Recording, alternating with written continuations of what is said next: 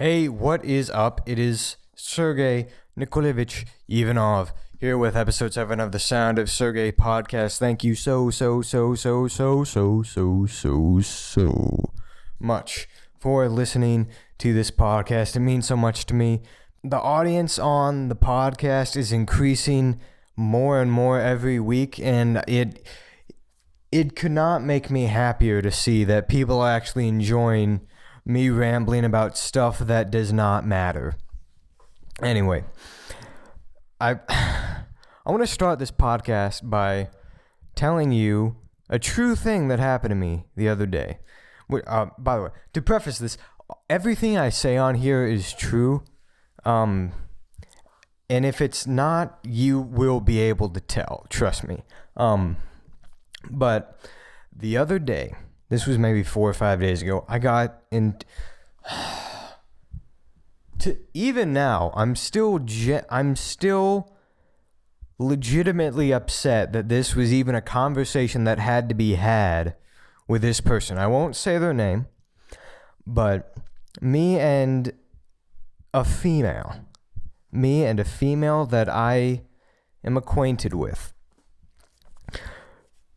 What happened was I was talking to her, and at some point in the conversation, we started mentioning just in general things that were bad. And I go, it's bad, but, it's not Holocaust bad. And she goes, oh, yeah, that's true. And it's not COVID bad either. And then I try to make a witty remark, and I go, yeah, I think Holocaust is a bit worse than COVID. And she goes, is it though? And I respond that, haha, yeah. I thought she was joking about that remark, that is COVID worse than the Holocaust. Me and this girl got into a legitimate, heated debate about whether COVID was worse than the Holocaust. And as a human being that has lived 17 years on this earth, escaped from a dictatorship with the help of the mob, almost been arrested, almost died by choking on a slice of pie. As someone who's been around the block a few times, I would dare say that the Holocaust is a bit worse than COVID-19. Yeah, I hope I'm not out of line by saying that. You know what I mean? It's like, I don't know, is that a hot debate right now? Because in my opinion, yeah, 6 million Jews, ethnic cleansing, systematic racism, and just genocide, that's a bit worse than people dying of a virus. Listen, I'm not trying to downplay the severity, because I understand it's a very, very serious thing COVID-19 is. You don't want to get the coronavirus. I mean, I've been trying to get tested, but I really don't have a reason to. And the only place you can get tested is at Walmart, and I don't support Walmart. And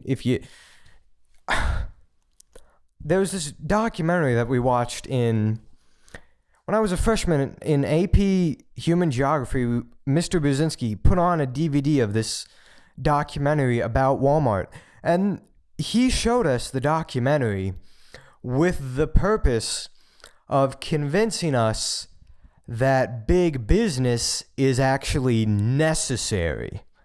He wanted us to look at big corporations as being a necessary part of life, a necessary part of the economy, and he wanted us to look at things a bit more objectively. But whatever his goal was, I got the opposite of that, which was, I'm not going to support Walmart anymore. To the point where if me and my family say we're driving home and, here's a good example. The other day, we went camping, and we were going to camp on a beach on Kentucky Lake near Jonathan's Creek. It was a great time, but we didn't have everything we needed at home packed. So what we had to do was we had to drive to the campsite, and on the way we were going to find a store that we could sell at. You know, you go to like Dollar General, Dollar Tree, or Walmart. And my father chose to go to Walmart. And I don't support Walmart.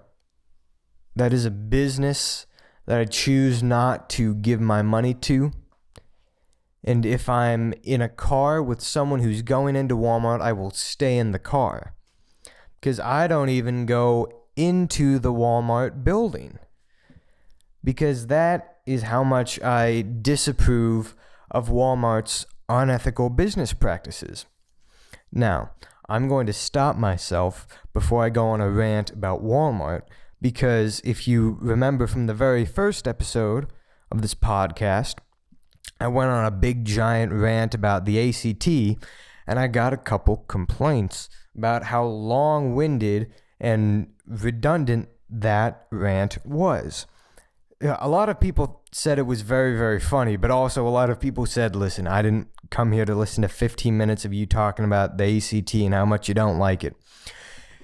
And if I ranted about Walmart, it would be the exact same thing. So you know what? I'm not going to do that. You're not going to have to listen to me rant about Walmart. So I'm going to spare you the pain of listening to me blab about how they're anti-union.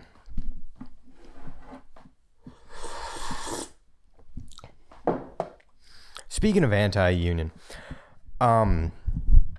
it was recently revealed to me by an anonymous source, meaning the internet, that, okay, I don't know the first thing about unions. The most thing I ever learned about unions was, when I was 15, I was in a school play about like newsboys unionizing, and that was the most I ever learned about unions.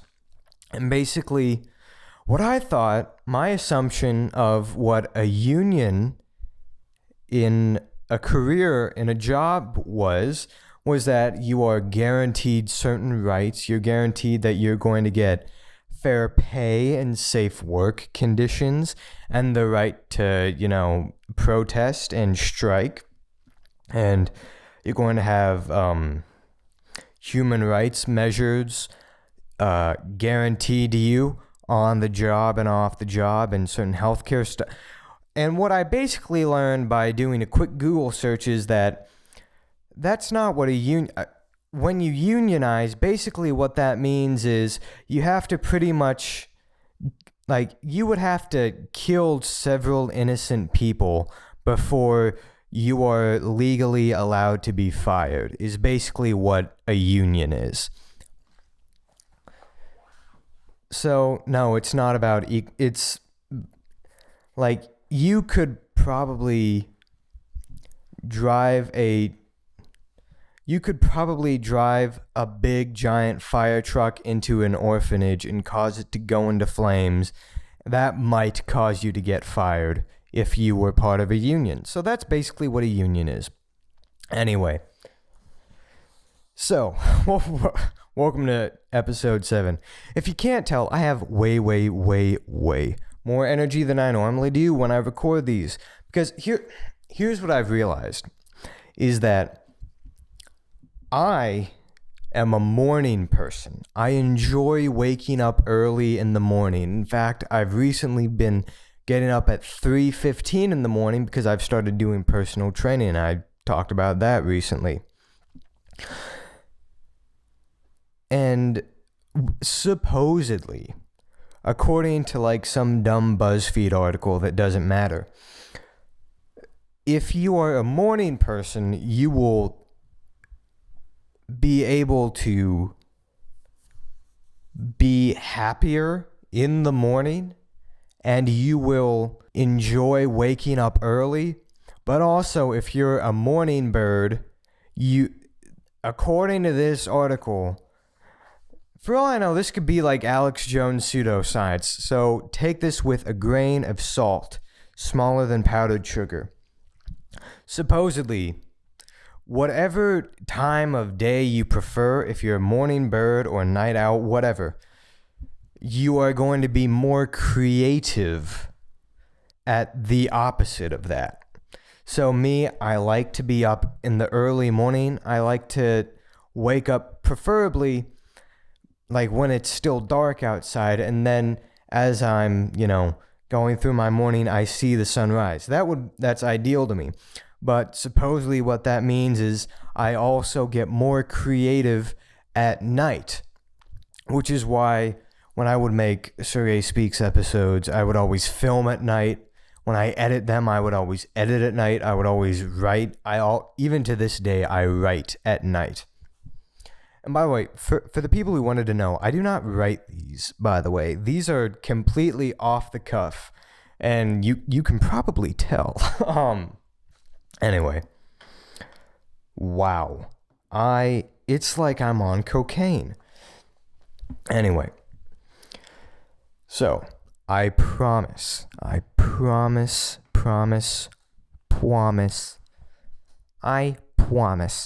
that this is going to be the very, very last time I ever mention the television series Law & Order SVU ever. The reason being is that for about 4 episodes in a row, I have talked about Law & Order SVU, and I know for sure, I haven't gotten any complaints about it, but I know for sure that cannot become a running theme. So I promise this is going to be the last thing I say about Law & Order SVU, which is probably good because it's possible that I might stop watching it because it's starting to get real dumb. Right now, I am on Season 11 of Law & Order Special Victims Unit. Season 11 is the worst season I have watched so far. They are entirely out of ideas for the actual episode. But here's the thing. If you don't know, Law & Order and Law & Order SVU episodes are all structured like this. Some random dude in New York he's walking his dog, and he trips over like a pothole, and he gets up and he looks to his right. Hey, what's that? Oh, it's a dead body of a hooker. It's like, oh man, that's bad. Then, boom, boom. Then the police detectives come in, and it's like, whoa, it's the dead body of a hooker. Fades to black, boom, boom. And then it's like the intro, and they canvass the place, and they ask people, and it's like, was that Vanessa? I know who did this. I'm like, sir, who did this? And it's like, it's her crazy ex-boyfriend. They bring the ex-boyfriend in, and he's like some Satan worshiper who like shoots cows in the butt for like some ritual, and he sells it on eBay. And they're like, this is our guy. And then Captain Cragen comes in and is like, Elliot, bad news. That isn't our guy. Our perp just struck again. They're like, you mean we have to let this guy go? And it's like, my hands are tied. And so then they actually find who the actual culprit is. And it's always someone who has nothing to do with anything that you would think of. But whoever it was in the first part, the one who they always have to let go, is always 10 billion times more interesting and would make for a more intriguing episode of Law & Order if they just stuck with that. Like, I watched this episode about this this homeless guy in a fight with someone, and he's about to shoot a dude, and the shootout goes into a diner, but they go into the diner and there's a dead body of a chick in there. Like, whoa, bum bum, ba-da-da-da-ba. And then it's like, what happened here? And they're like, I know what happened. And they find a mark on the wall, and it's like the logo of a band. Written in blood, it's the logo of a band. And what the band is, the lead singer is a guy who legally changed his name to Count Dracula and has a cult of vampires where they change their names to characters from the book Dracula and drink each other's blood and do rituals. And that lasted for about 5 minutes. And then the episode went into some LGBT rights group, and that's who it was. And there's this chick who said she was lesbian, but really she's bisexual, and now everyone hates her because apparently this group doesn't like bisexuals. And it's like, yeah, that's all well and dandy, but we almost had an episode about a vampire cult doing blood rituals. That could have been a way more and the show is starting to anger me, much like many of my exes. Y'all didn't hear that? Alright. I need to tell y'all a story. And I was just reminded of it because I was sending off prints of photos that I'd taken over the whole year of 2019, because at the end of I waited a bit too long, so I'm actually sending off some of the photos from 2020. But at the end of every year, all the photos that I want to have prints of, I'll send them off to a service who I will not name, unless they sponsor me. If you want to give me money, I will say your name all day. I will have a 30-minute podcast of me going, AdoramaPics.com, AdoramaPics.com. It's just 30 minutes of that. If that's what you want, just give me the money and I'll do it. Trust me. But I was sending off photos to get printed at this printing service online, and so I was going through some of them, and I found photos of... This was back in the day when I would take photos for the school, at the school basketball and football games. This was during basketball season because it was December, and I looked through the December photos, and the memories come rushing back to me. And it was McCracken County High School versus Marshall County High School. And it was the first game, and it was at Marshall. And if you're someone who goes to McCracken County High School during that time, or Marshall, I know there are people from Marshall County who listen to this podcast, so if you were on their side, I mean, we beat you, but I mean, it was all fun. So, I love Marshall people. They're awesome. Except like apparently there's the KKK there. That's not good. I don't love the KKK. That should be, you know what? That should be the title of this episode. I don't love the KKK. No, but anyway, that night, not just the game, but the things leading up to the game have to be my favorite experience of my whole life. Because it's me, my friend, I'm trying to think of a different name, and this guy got on to me for using different names. Let's call him Elliot, and then there's James. So Elliot and James are twin brothers. They're not identical twins. They're fraternal twins. In fact, they're like complete opposites. But Elliot and James are twins. And they are the ones who like organize the whole get together for the Marshall game. And additionally,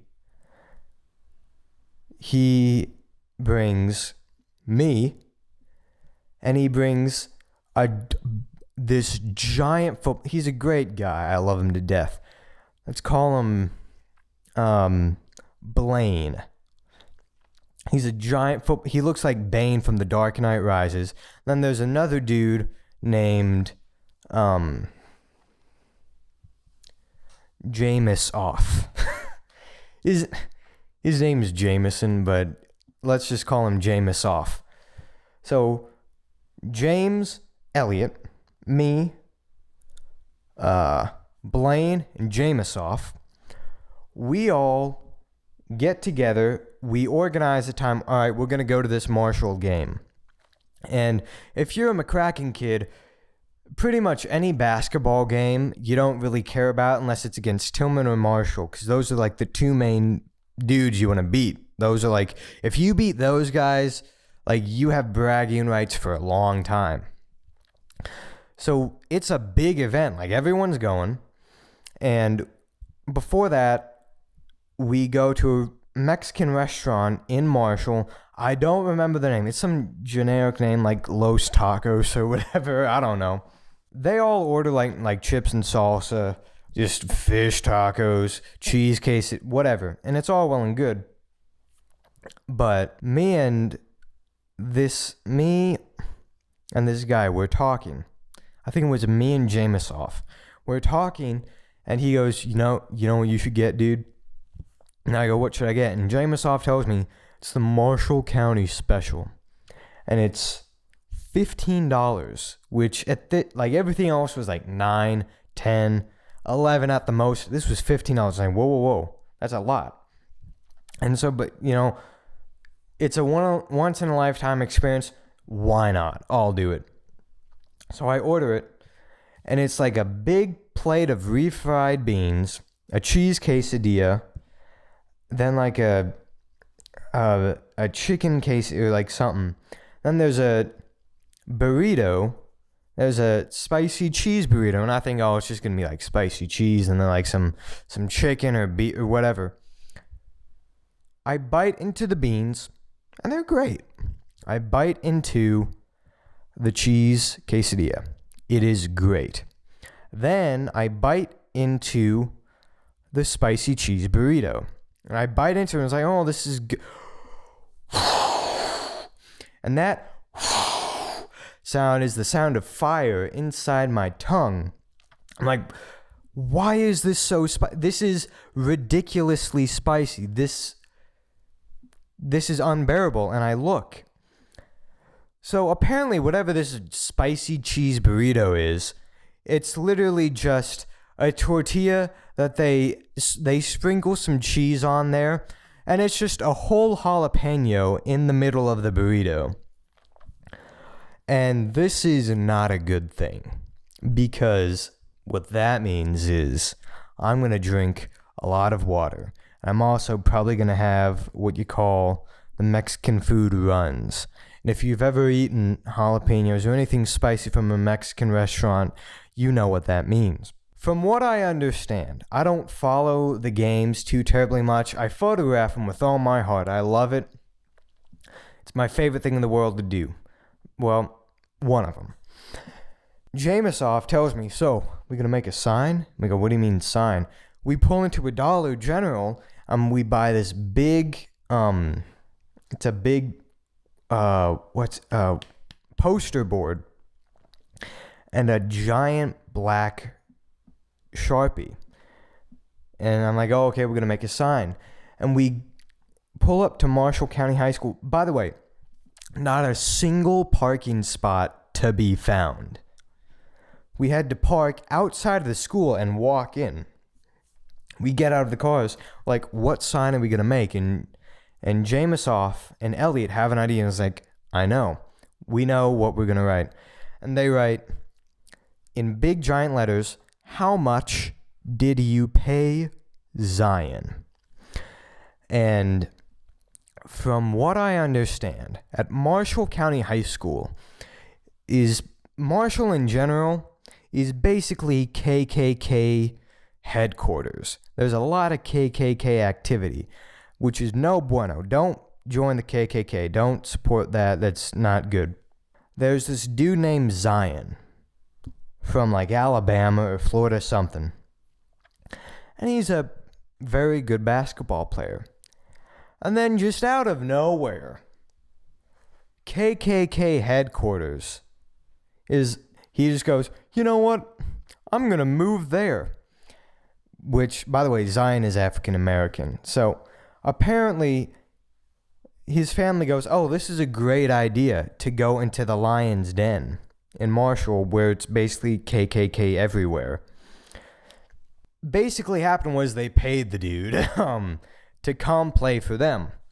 And even Marshall will admit that. They're like, yeah, we paid the dude. Like, they won't even hide it. Like, you ask them, like, oh, yeah, we paid Zion. It's like, what's the big deal? And in a way, I kind of respect that they're open about it, at least. But we walk in there, and the student section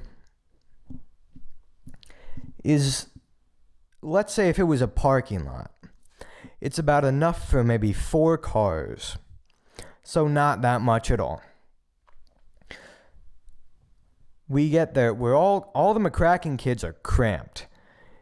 By the way, one of the best games ever that is what basketball is supposed to be. Not the crap you see on ESPN. I don't even watch that. But if every game of basketball was that, it would be America's pastime for every single human being in the United States of America. It was one of the most exhilarating games I've ever watched. But anyway, what we do is we walk in and we're holding the signs, and already we walk in and we're hearing reports of, listen, dude, Mr. Hauser, who's the principal, Mr. Hauser is taking signs left and right. Like, even if they're 1% negative against Marshall, he will take the signs. And we're like, yeah, sure, whatever. And me, Jamesoff, Elliot, James, and Blaine, we all get in a row and we're standing there, and I'm taking photos and stuff, and James starts holding up the sign that says, "How much did you pay Zion?" And I'm like, "Oh, that's great." And I start, talking to friends, and then James taps me on the shoulders and he goes, "Sergey, take this." And I go, "Oh, okay." And I start bouncing up and down. I thought he wanted me to show the sign so people would see it. And then I hear yelling from to my right. And he goes, "Hey, give me that sign." I'm like, "Whoa, what?" And I turn and look. About 10 feet below me, Mr. Hauser's there. He has a look of anger of which I have never seen on his face in my existence. He takes and he goes, "Give me that sign now." And I hand it down. Apparently, what James did not tell me was Mr. Hauser had told James that James needed to give him the sign. And so then James just passed it to me to give me the blame. So I was a bit angry with him for that, but no worries. He throws it in a small, trash can that you'd have in your house. It's nothing huge. He puts it there. I'm like, "Oh man, we just wasted our money." But then at a certain point, this is before the game even starts, by the way. At a certain point, I leave to go take photos. And at the time, I was talking to this girl who, it's actually kind of sad because I really liked this girl. And from what I understand, people who knew her said, "Yeah, she's into you too." And it was really sad because we had a strong thing. I don't want to talk about it. Oh, it was probably the first time the sound of Sergey has ever gotten sad. Anyway, I go to talk to this girl that at the time I was very interested in. And we flirted every day. It was really nice. It was a fun time. Let's call her Beatrice, because it's 1950, I guess. Let's call her Beatrice. Me and Beatrice are talking, and she goes, "Hey, Sergey, is that your sign?" I'm like, "Yeah, me and my friends made it." We go, "That's a great sign." And she was a cheerleader, and she and her cheerleader friends, there's 4 or 5 of them, she goes, "Hey, take our picture holding the sign." And I go, "That's a great idea," because I didn't get any pictures of it. So I take the picture real quick. And the second that I press the shutter, it goes ching. That ching sound, Mr. Hauser is over in the corner, and his head goes whew, and turns to me and the cheerleaders and Beatrice holding the sign. And he goes from to and he has a look of absolute anger. Furiously stomps over to where we are, grabs the sign out of their hand, and gives them and me the look of absolute disappointment. He is fuming. Mr. Hauser's fuming. He tells Beatrice and the other cheerleaders, go away now. And then, still holding the sign, walks to me and goes, "Did you take photos of that?" And I go, yeah. And he's like, is that your camera? Because he looks down at my Media Pass badge. He goes, is that your camera? And yes, it was my camera. I paid for it with my own money. It's my Pentax K1000, best camera I've ever owned.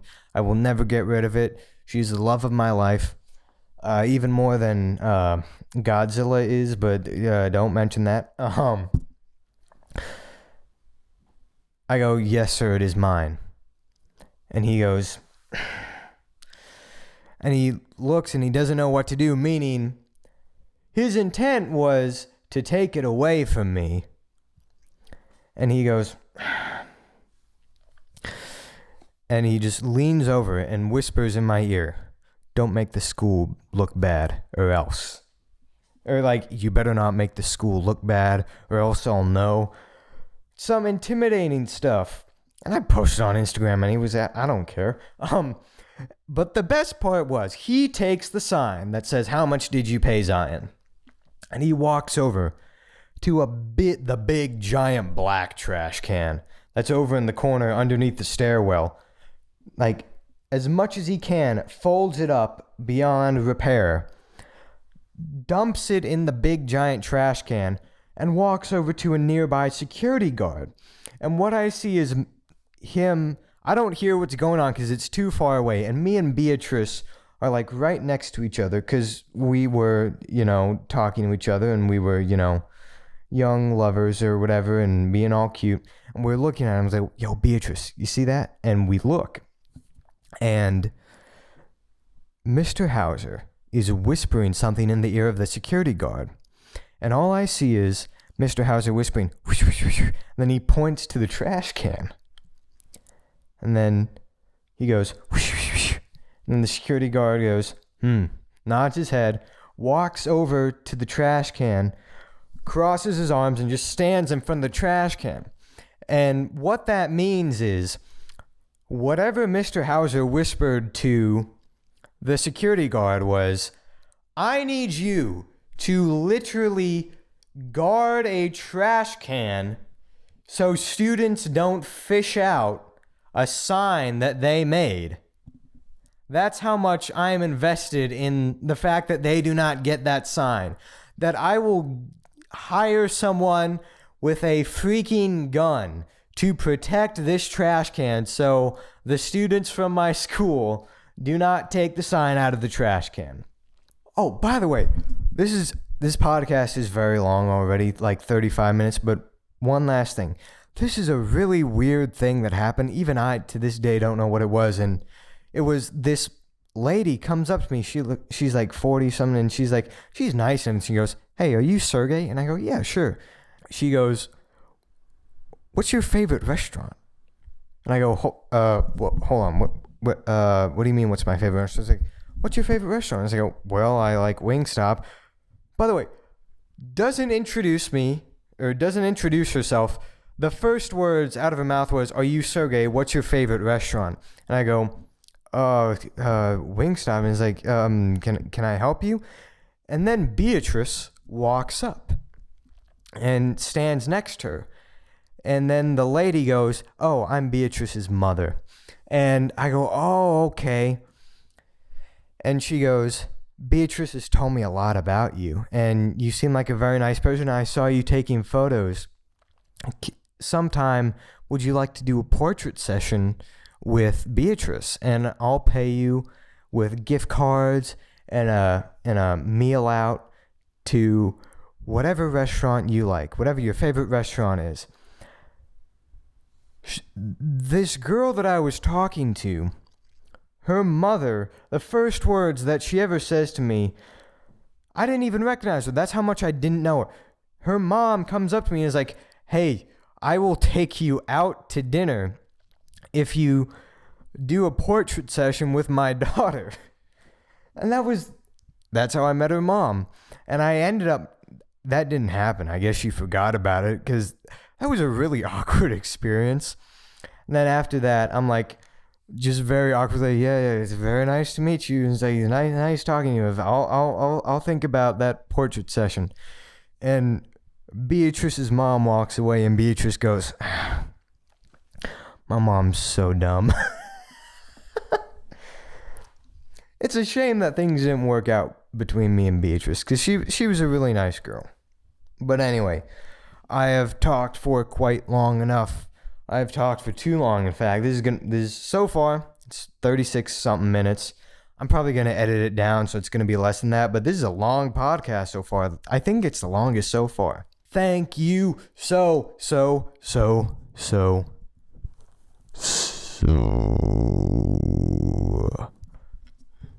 much for listening to Sergey ASMR.